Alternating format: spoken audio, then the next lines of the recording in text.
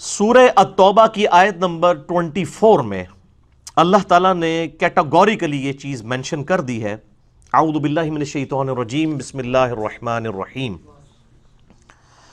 قل ان کان آباؤکم وابناؤکم واخوانکم وازواجکم وعشیرتکم. اے نبی صلی اللہ علیہ وآلہ وسلم، آپ ارشاد فرما دیجئے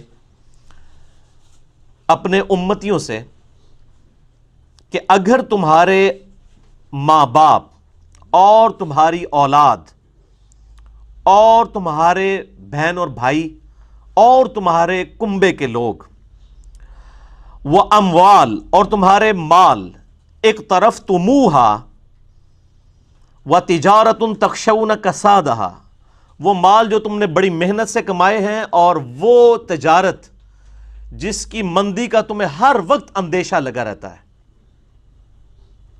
وَمَسَاكِنُ تَرْضَوْنَهَا، اور وہ مکان جو تمہارے بڑے پسندیدہ ہیں، تمہارے ایسٹس جتنے ہیں. یہ 8 چیزیں اللہ تعالیٰ نے گنوائی ہیں.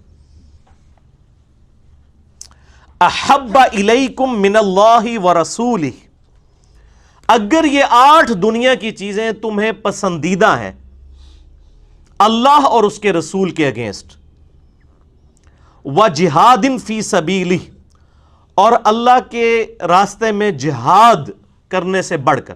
جہاد میں یعنی جو جہاد بالنفس ہے وہ بھی شامل ہے اور جہاد بالسیف بھی یعنی قتال بھی شامل ہے.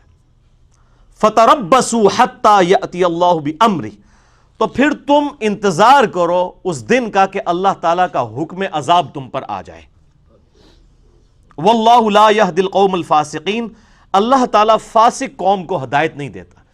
یعنی جن لوگوں کے نزدیک ان کے ماں باپ، ان کی اولاد، ان کے بہن بھائی، ان کے کنبے کے لوگ، ان کا مال تجارت اور ان کے جو ایسٹس ہیں مکانات کی شکل میں، یہ سب کی سب چیزیں زیادہ عزیز ہیں ان کو اللہ اور اس کے محبوب صلی اللہ علیہ وآلہ وسلم سے اور اللہ کی راہ میں جہاد کرنے سے، تو ایسے لوگ پھر عذاب الہی کا انتظار کریں والعیاذ باللہ تعالی.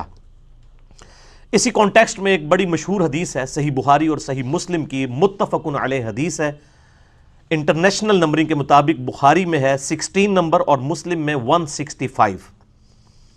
آپ صلی اللہ علیہ وآلہ وسلم نے ارشاد فرمایا، اس شخص نے ایمان کی حلاوت چکھ لی جس میں 3 نشانیاں ہوں. نمبر 1، اللہ اور اس کا رسول صلی اللہ علیہ وآلہ وسلم اسے پوری دنیا میں سب سے بڑھ کر محبوب ہو جائیں.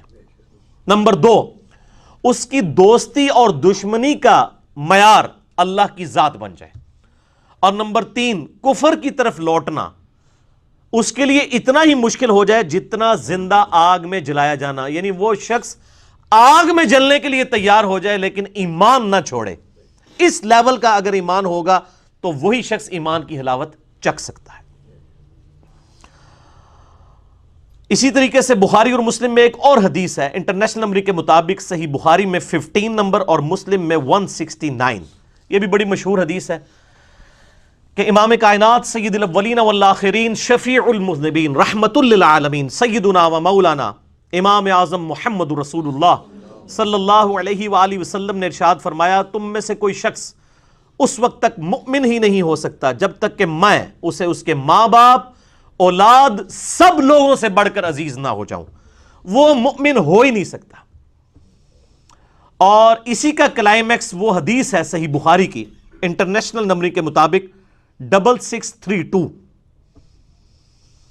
کہ ایک دفعہ نبی صلی اللہ علیہ وآلہ وسلم سیدنا عمر فاروق رضی اللہ تعالیٰ عنہ علیہ السلام کا ہاتھ پکڑ کر چہل قدمی کر رہے تھے.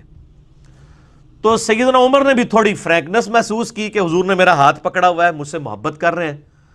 تو انہوں نے اپنے اس جوش کے اندر محبت کے جذبات میں کہا، یا رسول اللہ صلی اللہ علیہ وآلہ وسلم، اس ذات کی قسم جس کے قبضے قدرت میں میری جان ہے، آپ مجھے اپنی جان کے علاوہ سب لوگوں سے بڑھ کر محبوب ہیں اس دنیا میں.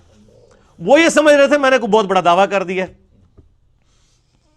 تو آپ نے فرمایا، اللہ کی قسم، اس ذات کی قسم جس کے قبضے قدرت میں میری جان ہے، بلکہ تیری جان سے بھی بڑھ کر یعنی مجھے تمہیں اپنی جان سے بڑھ کر عزیز رکھنا ہوگا. تو انہوں نے کہا یا رسول اللہ علیہ وسلم میں آپ کو اپنی جان سے بھی بڑھ کر عزیز رکھتا ہوں. تو آپ نے فرمایا ہاں اب عمر تمہاری یہ بات بنی, تمہارا ایمان مکمل ہوا. اگر سیدنا عمر کا ایمان مکمل نہیں ہوتا تو میرا اور آپ کا ایمان پھر کس لیول کا ہوگا؟ جب تک اللہ کے محبوب صلی اللہ علیہ وآلہ وسلم کو اپنی جان سے بڑھ کر, اپنے ماں باپ سے بڑھ کر, اپنی اولاد سے بڑھ کر, دنیا کی ہر دولت سے بڑھ کر عزیز نہ تصور کر لیا جائے. اور پھر یہ صرف نعرے کی حد تک نہ ہو کہ غلامی رسول میں موت بھی قبول ہے لیکن غلامی رسول میں داڑھی قبول نہیں ہے, کیونکہ ماں کہندی ہے میں بھی دودھ نہیں بخشاں گی. ادا بھی سارا عشق رسول مر جاتا ہے آ کے داڑھی ہوتے, اس ماں کا بھی عشق رسول مر جاتا ہے جب داڑھی کی بات ہوتی ہے. اگر جوان اولاد داڑھی رکھ لے یا جوان عورت پردہ شروع کر دے تو اس کو اس کے ماں باپ بھی کہنا شروع کر دیتے ہیں. تو پھر یہی تو بتایا گیا ہے کہ پوری دنیا ایک طرف کھڑی ہو, اللہ کے محبوب صلی اللہ علیہ وآلہ وسلم کچھ اور بات ارشاد فرما رہے ہو, تو اللہ کے محبوب صلی اللہ علیہ وآلہ وسلم کو آپ نے ٹاپ پرائرٹی سمجھنا ہے. یہ ہے محبت کا تقاضا. غلامی رسول میں فجر کی نماز جماعت سے قبول نہیں, کیونکہ وہ تو بہت مشکل ہے. موت اس لیے قبول ہے کہ یہ موقع آنا ہی نہیں ہے. وہ آج کل فیس بک پہ بھی ایک وہ چل رہی تھی نا بڑی عجیب و غریب قسم کی پکچر کہ فجر کی نماز میں 4 نمازی ہیں اور باقی جلسے جلوسوں کے اندر, دھرنوں کے اندر آپ کو ہزاروں لوگ نظر آ جائیں گے. یعنی کتنا سائملٹینیس کنٹراسٹ کسی نے دکھایا. یہ بڑی خاموش تبلیغ کی ہے کسی نے.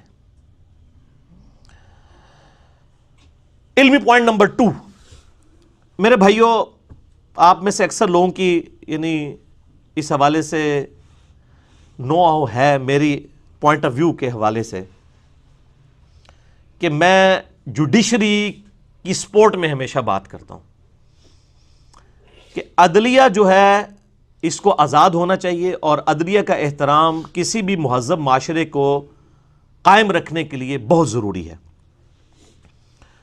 آزاد عدلیہ ہی اس بات کی ضمانت ہے کہ کسی معاشرے کے اندر امن برقرار رہے. اور جوڈیشری جو ہے یہ اس کو خاص نسبت ہے اللہ تعالیٰ کے ساتھ. اللہ کا ایک وصف جو ہے وہ عدل کرنا بھی ہے, اللہ عادل بھی ہے. اور یہ اس جوڈیشری کو صرف اللہ کے ساتھ نسبت نہیں ہے بلکہ پیغمبروں کے ساتھ بھی ہے. اسی کانٹیکسٹ میں ایک آیت ہے بڑی مشہور, سورۃ الحدید کی آیت نمبر ہے 25. اعوذ باللہ من الشیطان الرجیم, بسم اللہ الرحمن الرحیم. لقد ارسلنا رسولنا بالبینات, بے شک ہم نے اپنے رسولوں کو روشن نشانیوں یعنی معجزات کے ساتھ بھیجا. وَأَنزَلْنَا مَعَهُمُ الْكِتَابَ, اور ان کے ساتھ ہم نے کتابیں بھی بھیجی. وَالْمِيزَانَ, اور ترازو بھی نازل کی. لِيَقُومَ النَّاسُ بِالْقِسْطِ, تاکہ لوگ انصاف کے اوپر قائم رہیں. یعنی اللہ تعالیٰ ماتا یہ ترازو جو ہے نا, یہ جو عدلیہ کا معاملہ ہے, یہ جو جوڈیشری کا ایشو ہے, یہ اتنا سینسٹیو ہے کہ یہ اللہ نے آسمان سے نازل کیا ہے اور اپنے پیغمبروں کو صرف کتابیں نہیں دی بلکہ میزان بھی دیا ہے تاکہ لوگوں میں انصاف رہے. وَأَنزَلْنَا الْحَدِيدَ, اور پھر لوہا بھی اتارا ہے. فِيهِ بَأْسٌ شَدِيدٌ وَمَنَافِعُ لِلنَّاسِ, جس کے اندر زور بھی بہت ہے اور اس کے اندر فائدے بھی بہت ہیں. یعنی یہ لوہا اس لیے اتارا ہے کہ پھر جو جوڈیشری کو اوبے نہیں کرتا نا اس کے خلاف تلوار بھی اٹھائی جا سکتی ہے امن کو قائم کرنے کے لیے. یہ لوہا اس لیے اتارا ہے, جیسا کہ ہمارے محبوب صلی اللہ علیہ وآلہ وسلم نے بھی ایز اے لاسٹ ریزارٹ جو ہے وہ قتال کے لیے تلوار اٹھائی. وَلِيَعْلَمَ اللَّهُ مَن يَنصُرُهُ وَرُسُلَهُ بِالْغَيْبِ, اور اللہ تعالیٰ یہ جانچنا چاہتا ہے کہ کون بغیر دیکھے مدد کرتا ہے اللہ تعالیٰ کی اور اس کے رسولوں کی. ان اللہ قوی عزیز, بے شک اللہ تعالیٰ قوی بھی ہے اور غالب بھی ہے. جب چاہے خود بھی الٹ پلٹ کر سکتا ہے ہر چیز, لیکن اس کی حکمت ہے کہ اس نے پیغمبروں کے ذریعے یہ سارے معاملات اسٹیبلش کیے ہیں تاکہ پیغمبروں کے ماننے والے ان کی اطاعت اختیار کر کے اللہ تعالیٰ تک پہنچے. اور اسی کانٹیکسٹ میں ایک بڑی مشہور حدیث ہے, بخاری اور مسلم کی متفق علیہ حدیث ہے. بخاری میں 6788 اور مسلم میں 4410 انٹرنیشنل نمبر کے مطابق ایک فاطمہ نامی عورت جو ایک اونچے قبیلے سے تعلق رکھتی تھی, اس کی چوری کا مقدمہ آپ صلی اللہ علیہ وآلہ وسلم کے سامنے پیش ہوا. اب اصحاب یہ چاہتے تھے کہ اس کو کوئی ریلیکسیشن مل جائے، لیکن کسی کی جرأت نہیں تھی کہ وہ سفارش کرے اللہ کے حقوق کے معاملے میں. تو انہوں نے سب سے جو لاڈلے تھے نا اسامہ ابن زید رضی اللہ تعالیٰ عنہ، ان کو استعمال کیا کہ یہ جا کے حضور صلی اللہ علیہ وآلہ وسلم کی بارگاہ میں سفارش کریں. انہوں نے جا کے، وہ ظاہر چھوٹی عمر کے تھے، انہوں نے جس طرح بزرگوں سے سنا، جا کے بچوں کی طرح، جو بچہ ہوتا ہے آگے جا کے کہہ دیتا ہے. اللہ کے محبوب صلی اللہ علیہ وآلہ وسلم کو اتنا جلال آیا کہ آپ نے ظہر کی نماز پڑھانے کے بعد مسجد میں ممبر لگا کے خطبہ دیا، بڑے جلال کے عالم میں. آپ نے فرمایا تم سے اگلے لوگ اسی لیے تباہ و برباد ہو گئے کہ ان کے اشرافیہ کے لیے اور قوانین ہوتے تھے اور کمزور لوگوں کے لیے اور، ایلیٹ کلاس کے لیے کچھ اور جو لوور کلاس ہے اس کے لیے اور. اسی لیے وہ تباہ و برباد ہو گئے. ایک اصول نہیں تھا. اللہ کی قسم اگر میری بیٹی فاطمہ بھی چوری کرتی، فاطمہ بنت محمد سلام اللہ علیہا، تو میں اس کے بھی ہاتھ کٹوا دیتا. اب ان سے بڑھ کر تو کوئی محبوب نہیں تھا. بخاری مسلم کی متفقن علیہ حدیث ہے کہ فاطمہ میرے جگر کا ٹکڑا ہے، اور بخاری اور مسلم کی متفقن علیہ حدیث ہے کہ فاطمہ جنتی عورتوں کی سردار ہے. لیکن آپ صلی اللہ علیہ وآلہ وسلم اللہ کے حقوق پورے کرنے کے معاملے میں کوئی لحاظ نہیں کرتے تھے. اور یہ جو پبلک میں جھوٹ مشہور ہے نا کہ آپ صلی اللہ علیہ وآلہ وسلم کی رحمت کو اس طریقے سے مس یوز کیا جاتا ہے کہ جی آپ صلی اللہ علیہ وسلم نے کبھی کسی کو بدوا نہیں دی، آپ نے کسی پہ غصہ نہیں کھایا، وہ بات پارشلی درست ہے کہ اپنی ذات کے لیے نہیں کھایا. جہاں اللہ کے حکم کی باری آتی تھی تو نبی علیہ السلام زیادہ سخت کوئی نہیں تھا. بخاری اور مسلم کی حدیث ہے کہ جو لوگ مسجد میں نماز نہیں پڑھتے نا، آ کے میرا دل کرتا ہے کہ میں اپنی جگہ کسی کو امام مقرر کروں، اور اگر مجھے بچوں اور عورتوں کا خیال نہ ہو ان کے گھروں کو آگ لگا دوں. اور سنن نسائی میں اس کی ڈیٹیل موجود ہے کہ یہ فجر کی نماز کے بارے میں آپ نے فرمایا تھا، جب کچھ لوگ صحابہ کرام میں سے فجر کے وقت مسجد میں نظر نہیں آئے. تو جو ریشو پروپورشن چیزوں کا دیکھنا چاہیے، کس چیز کی کتنی امپورٹنس ہے، اس کو اتنی ورث دی جائے. تو آپ صلی اللہ علیہ وآلہ وسلم کا کنسیپٹ جو پیش کیا ہوا ہے نا، یہ بالکل غلط کنسیپٹ ہے. اللہ کے احکام کے معاملے میں آپ سے زیادہ سخت کوئی نہیں تھا. اپنی ذات کے معاملے میں آپ معاف فرما دیا کرتے تھے. وہ بخاری مسلم میں درجنوں حدیث ہیں، وہ ایک ٹاپک ہی الگ ہے. وہ اگر کسی کو شوق ہے تو میرا مسئلہ نمبر 100 ہے، اللہ کے محبوب صلی اللہ علیہ وآلہ وسلم کی اپنی امت سے محبت کا بیان، جو سورہ توبہ کی آخری 2 آیات جب آئی تھی نا، لَقَدْ جَاءَكُمْ رَسُولٌ مِّنْ أَنفُسِكُمْ عَزِيزٌ عَلَيْهِ مَا عَنِتُّمْ حَرِيصٌ عَلَيْكُمْ بِالْمُؤْمِنِينَ رَؤُوفٌ رَحِيمٌ، اس کے کانٹیکسٹ میں نے وہ لیکچر مسئلہ نمبر 100 ہے وہ ریکارڈ کروایا تھا.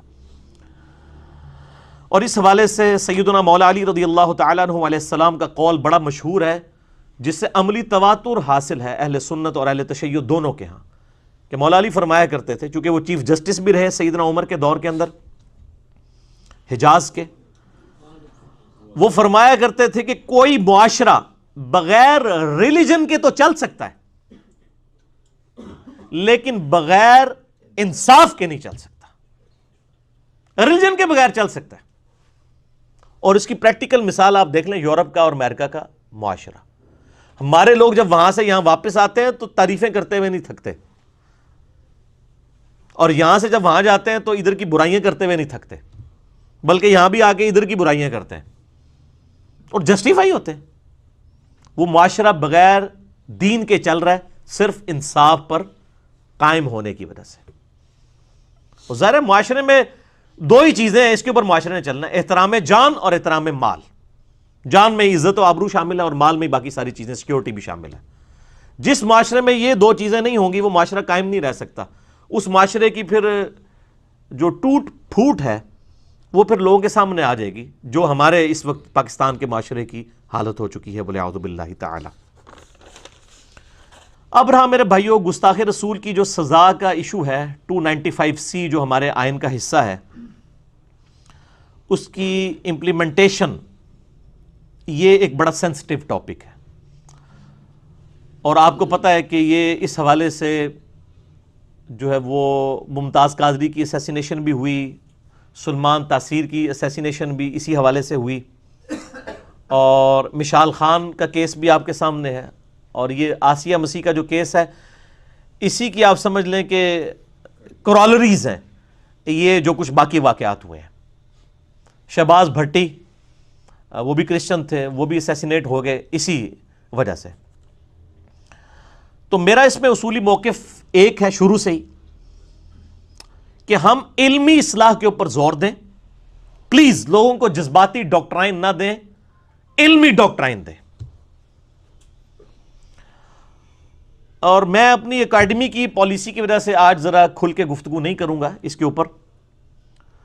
بس موٹی موٹی بات کرتے ہوئے میں اپنے 4 ویڈیو لیکچرز جو پہلے ہی ریکارڈڈ ہیں، بہت پہلے کے، میں ان کا ریفرنس بتا دیتا ہوں آپ کو. یوٹیوب کے اوپر وہ اپلوڈڈ ہیں. آپ وہ لیکچرز علمی صبر کے ساتھ دیکھیں، کیونکہ علم کے میدان میں جذبات کی کوئی حیثیت نہیں ہوتی.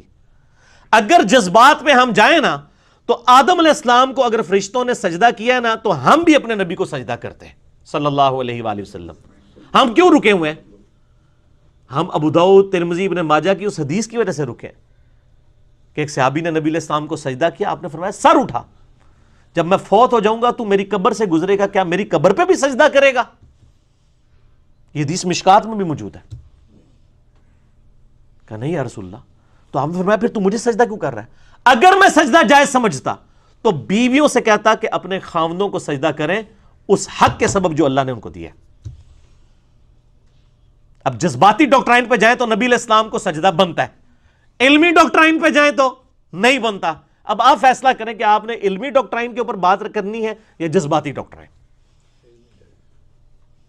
کسی حدیث میں آیا اللہ میرے جذبات میں اضافہ کر دے،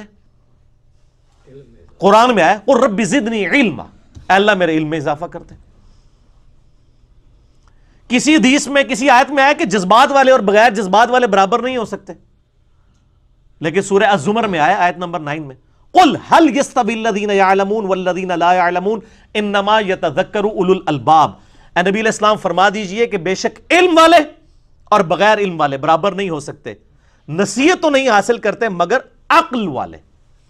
عشق دے چلے نمبر نہیں لے گئے، وہ کہتے ہیں عشق دے چلے نمبر لے گئے، عقل والے آتے انجے ہی عمرہ گالیاں. نہ، عقل والے دنیا میں بھی نمبر لے گئے، آخرت میں بھی لے گئے. علم کے اوپر بنیاد. پھر آیا سورہ فاتر میں انما یخشی اللہ من عبادہ العلماء،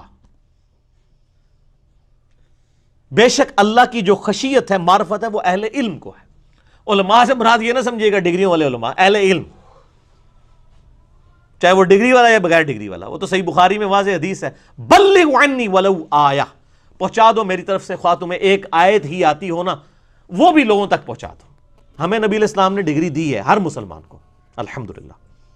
تو یوٹیوب کے اوپر یہ میری ویڈیوز موجود ہیں، 4 ویڈیوز میں ان کا تعارف کروا دیتا ہوں.